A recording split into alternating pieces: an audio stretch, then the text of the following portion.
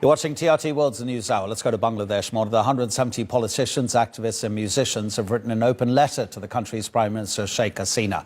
These are international figures, by the way, and they're asking her government to show leniency to stop what they call the persecution of the Nobel Laureate Muhammad Yunus.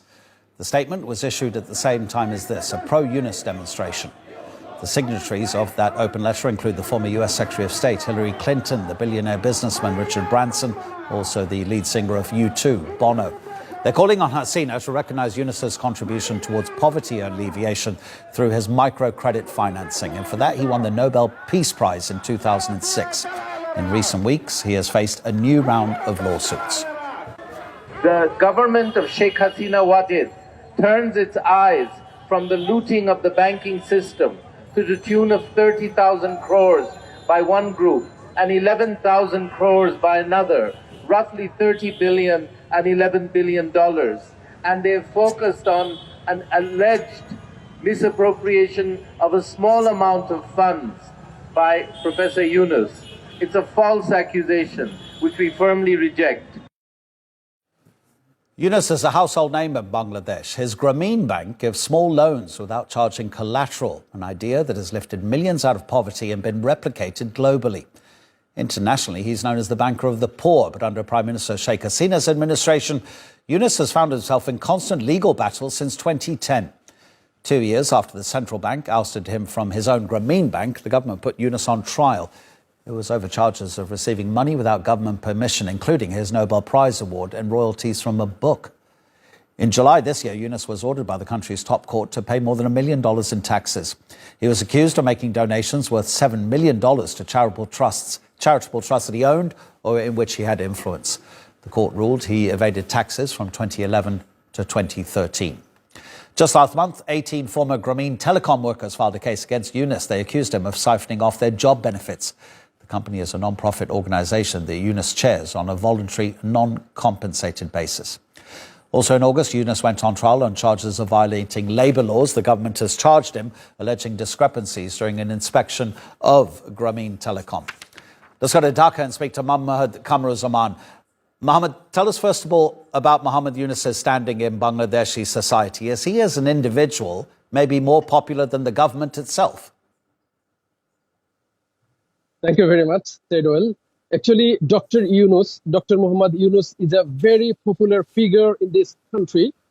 His role to alleviate poverty from this country, especially from urban areas to the remote rural areas of the country. Dr. Yunus is a very popular figure, and there is allegations from the supporters of Dr. Yunus that actually the ruling Awami League government chief Prime Minister Sheikh Hasina is personally jealous to Dr. Yunus. These Prime Minister, you know that in 1997 there was a peace treaty in the hilly region of this country, and Prime Minister Sheikh Hasina since then has been expecting for a Nobel Peace Prize, but Dr. Yunus was selected for Nobel Peace Prize. Since then, this is the allegations of his supporters that since then Prime Minister Sheikh Hasina is very much zealous to Dr. Yunus, and that's why the ruling Awami League government now is trying to defame Dr. Yunus and try to tarnish the image of Dr. Yunus here in the country as well as in the whole world. That's why government actually doing different steps against Yunus, and it is also the allegations of the supporters of Yunus that the courts and other administration and government departments, the Anti-Corruption Commission and other vital departments all are under the command of the government. So there is little hope for fair and transparent justice by Dr. Yunus. That's why there is huge concerns among the supporters of these Nobel Peace Laureate. Yeah, I mean, we've outlined the latest cases against him. Mohammed, I just want to give a little bit of detail there, because those employees who were making those complaints about their jobs and about the benefits that the job was supposed to have, that's a civil complaint, and it's been turned into a criminal case by the government, it seems. The paperwork that was inspected, when they found out, the inspectors, that the employees were not getting the benefits that they were due. The inspection was carried out by the Department for Inspection of Factories and Establishments. In other words, people who come to check fire alarms and electric sockets. It just doesn't sound right.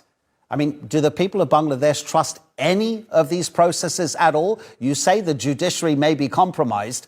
Do the people feel exactly the same way? Actually, you know that I'm now in capital Dhaka. Even it's not sometimes so much comfortable for me to talk frankly. However, I'm trying to answer your question.